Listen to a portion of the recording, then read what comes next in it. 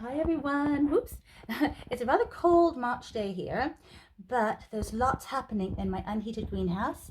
So I thought I'd take you out there and show you some new exciting developments. So first of all, we're having a look at my Himalayan mulberry. This is something I got back in February as a late Valentine's gift. So I've had it just over a month now, and they're meant to start being able to start fruiting next year. There's lots of buds on this little guy here, but if you look at this one, it's already got a fruit on it.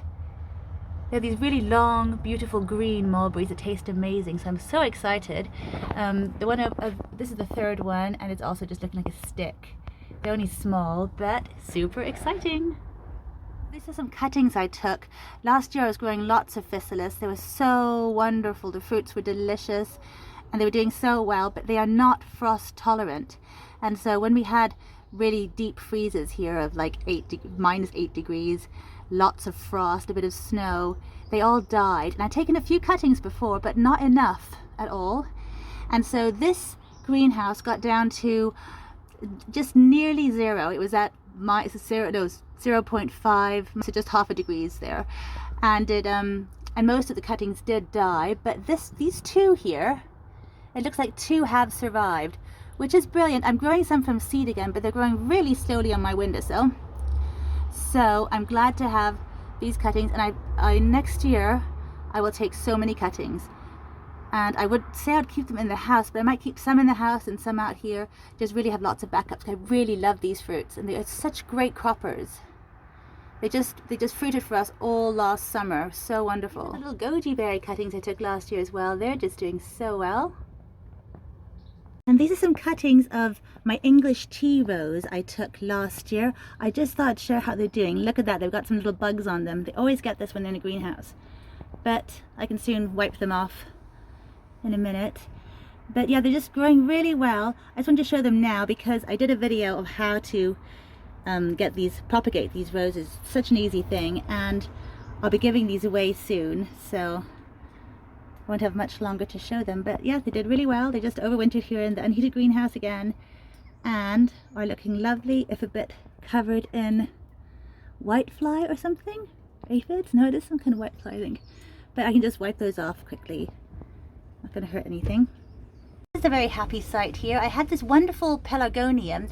It's one of those ones that are really scented, and you can eat the leaves or make tea out of the leaves or use it for baking, things like that. This one is really interesting. It smells just like the sweets that are called cola bottles.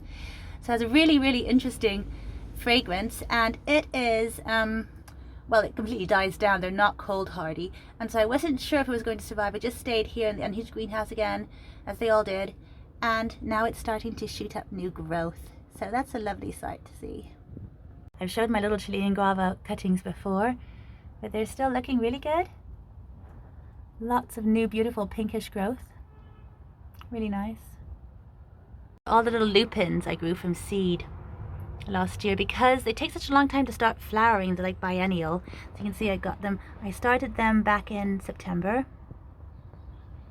and they've just been sitting here. And now they're finally shooting out lots of growth. And I want to get these guys really big before I put them into the garden, because usually I put them out before they're this size even. And then they get eaten by slugs and woodlice. Woodlice really love them. They love their little tender growth. And so I want to get them really sturdy, then they seem to do better. These ones are all supposed to be white lupins, so that's going to be fun. Finally, some of the strawberries. These are the framberries, the ones that are supposed to be strawberries that taste a bit of raspberry. They're also coming along nicely, pushing out lots of new foliage there. Cute little things. I'm just giving them a nice head start in a warm, protected environment, which is probably a good thing because it's really wet and cold right now. The last thing is not in the greenhouse. This is a regular black mulberry. It's just completely full of buds. I want to show that now. These are sort of things that excite me but scare me as well, because I just know that if we get any late frosts, like last year we got some in April that killed off the plant completely almost, then I need to protect it. But it's looking so full. Look at that, all these wonderful buds. Really nice. And this is a dwarf mulberry, so it's a black one, and it has it doesn't get super duper tall, and it just fruits immediately, constantly. It's called Charlotte Russe.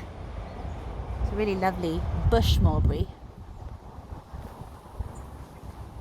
And the berries are delicious too. So hopefully I'll have some this year. As I said, it really suffered last year. So hoping for better things this year.